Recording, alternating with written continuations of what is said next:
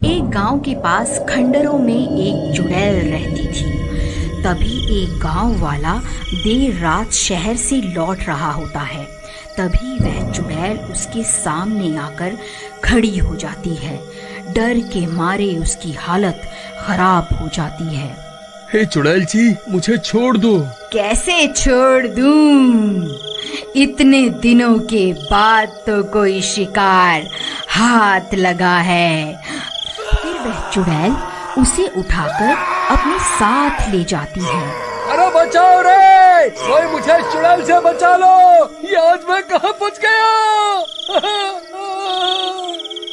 सब गांव वाले छुप छुप कर उस चुड़ैल को शिकार करते देख रहे होते हैं, लेकिन डर के मारे कोई भी अपने घर से बाहर नहीं निकलता और वह चुड़ैल उसे उठाकर अपने साथ ले जाती है। उसका बैल उस चुड़ैल का पीछा करने लगता है और पीछा करते करते जंगल में घुस जाता है। अरे ये सब क्या हो गया? ये बेवकूफ कन्हैया इतनी रात गए, आखिर बाहर कर क्या रहा था? इसे मैंने समझाया भी था कि रात को अपने घर से बाहर नहीं निकलना है। हे भगवान, अब क्या होगा? फिर अगला दिन होने पर सरपंच जी, कल रात तो वह चुड़ैल कन्हैया को उठाकर अपने साथ ले गई है। हमें कुछ न कुछ तो करना ही होगा। आखिर हम सब कब तक यूं ही अपने अपने घरों में छुपे रहेंगे? बात तो तुम सही कहते हो शिवा, लेकिन हम उस चुड़ैल का सामना कैसे करें?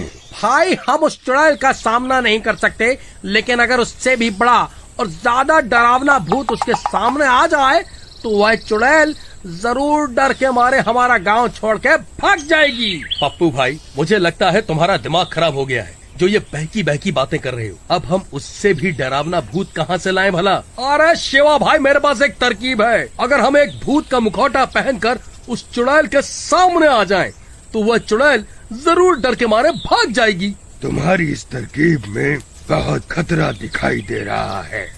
उस चुड़ैल का सामना करने की हिम्मत किसी में नहीं है। कोई है भाई जो भूत का मुखौटा पहनकर उस चुड़ैल का सामना कर सके?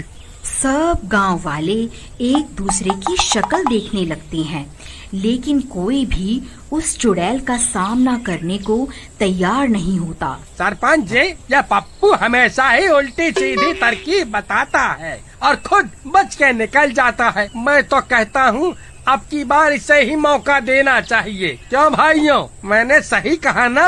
अरे तेरा दिमाग खराब हो गया है क्या? मुझे क्यों फंसवा रहा है? भाई, मेरा काम सिर्फ तरकीब बताना है, बाकी तुम गांव वाले देख लो कि क्या कर रहा है। मुझे सब में मत घसीटो। देखो पप्पू, मोहन सही कह रहा है। ये तुम्हारी ही तरकीब है, इसलिए इसे अंजाम भी तुम ही दोगे। अरे भाई, मुझे क्यों बलि का बकरा बना रहे हो? तुम सबको कोई और नहीं मिला क्या है?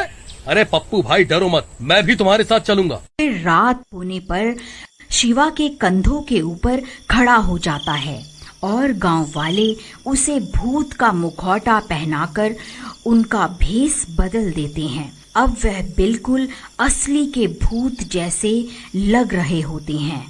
अरे वाह भाई पप्पू, तुम तो बिल्कुल असली के भूत लग रहे हो।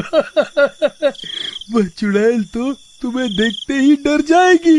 अरे भाई, अगर चुड़ैल हमें देखकर डर गई तो ठीक है, लेकिन अगर वो नहीं डरी तो हमारा क्या होगा? अरे पप्पू भाई, तुम डरो मत, मैं तुम्हारे नीचे ही तो हूँ। मैं कुछ भी गड़बड़ नहीं होने दूंगा। फिर आधी रात होने पर सब गांव वाले अपने अपने घर में छुप जाते हैं। पप्पू और शिवा भूत का भेष बदलकर गांव में खड़े हो जाते हैं और उस चुड़ैल का इंतजार करने लगते हैं, लेकिन बहुत देर तक इंतजार करने पर भी वह चुड़ैल उस रात गांव में नहीं आती। शिवा भाई, लगता है आज चुड़ैल ने छुट्टी कर ली है। आज वह काम पर नहीं आएगी। चलो भी अपने अपने घर चलते हैं, कल फिर से आ जाएंगे। है? चलो।